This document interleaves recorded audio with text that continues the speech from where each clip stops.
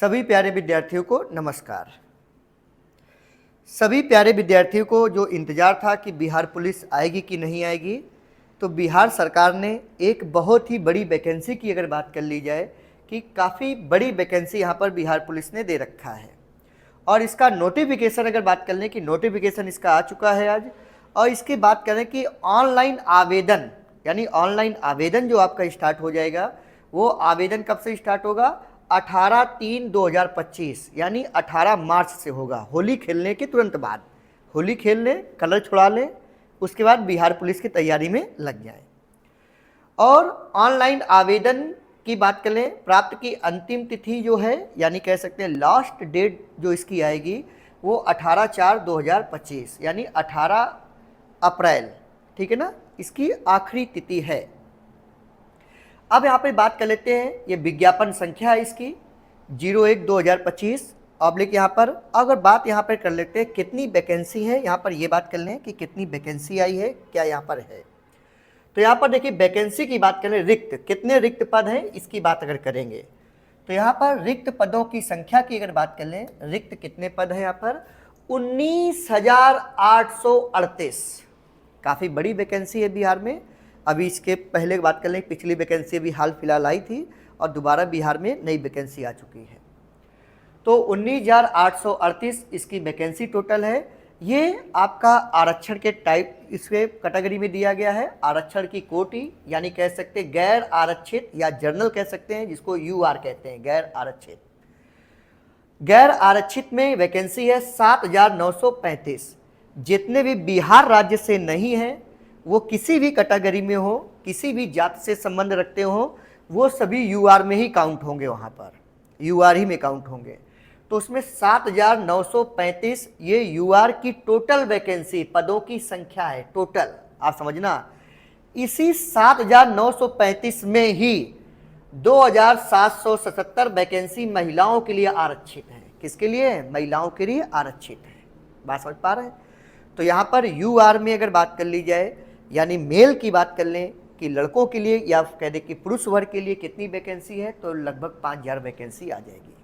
5,000 vacancy है उसके पास। महिलाएं, इसमें महिलाएं ही यहाँ पर आरक्षित हैं। फिर यहाँ पर आर्थिक रूप से कमजोर ईडब्ल्यूएस, तो ये बिहार राज्य के लिए होगा, क्योंकि बिहार राज्य से जो बाहर होंगे, जितने ही बच्चे बाहर से अप्लाई करेंगे, चाहे यूपी का हो, चाहे वो एमपी का हो, चाहे वो राजस्थान का हो, चाहे वो झारखंड का हो, वो सभी यूआर में ही काउंट होंगे, चाहे वो किसी भी जात से हों।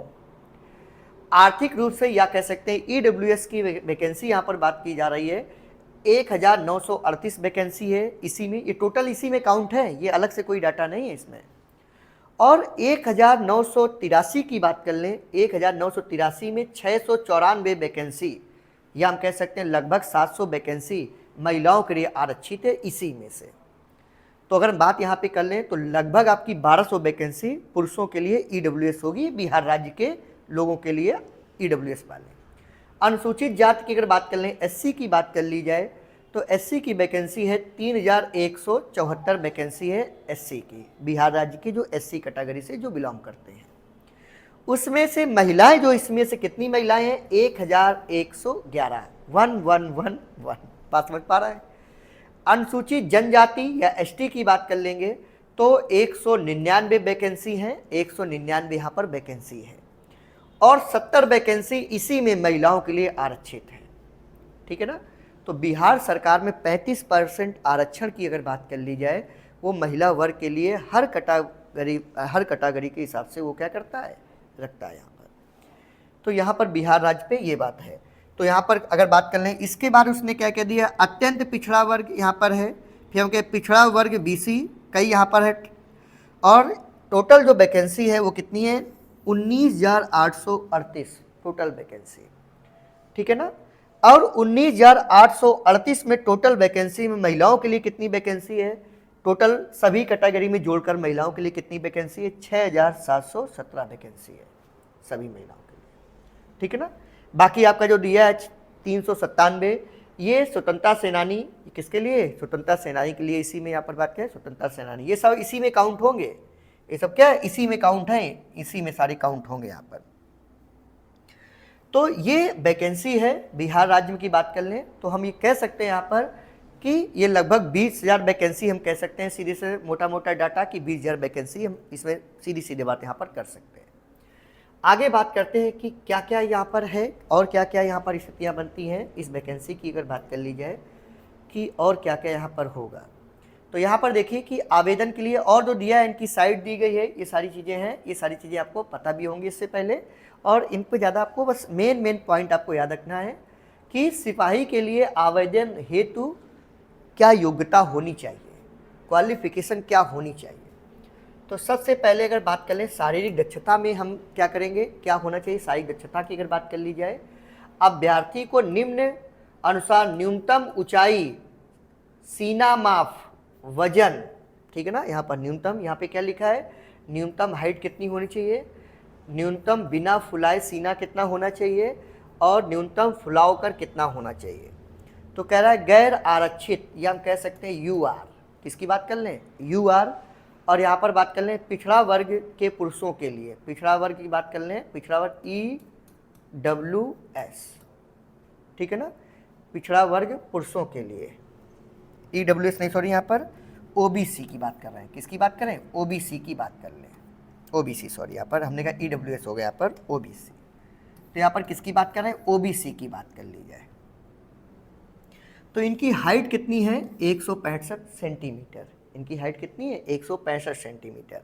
फिर हम प्यारे बच्चों सभी से हम कह देंगे जो बिहार राज्य से जिनका मूल निवास नहीं होगा वो किसी भी राज्य से संबंध उनका रखते हैं, यूपी से, MP से, राजस्थान से, झारखंड से, ठीक है ना, हरियाणा से, कहीं से भी अगर हैं, और अगर बिहार में अप्लाई किया है तो कोई भी उनके पास जाति का आरक्षण अगर होगा तो बिहार राज्य में नहीं लगेगा, वो सिर्फ किस में काउंट होंगे, UR में ही काउंट होंगे यहाँ पर।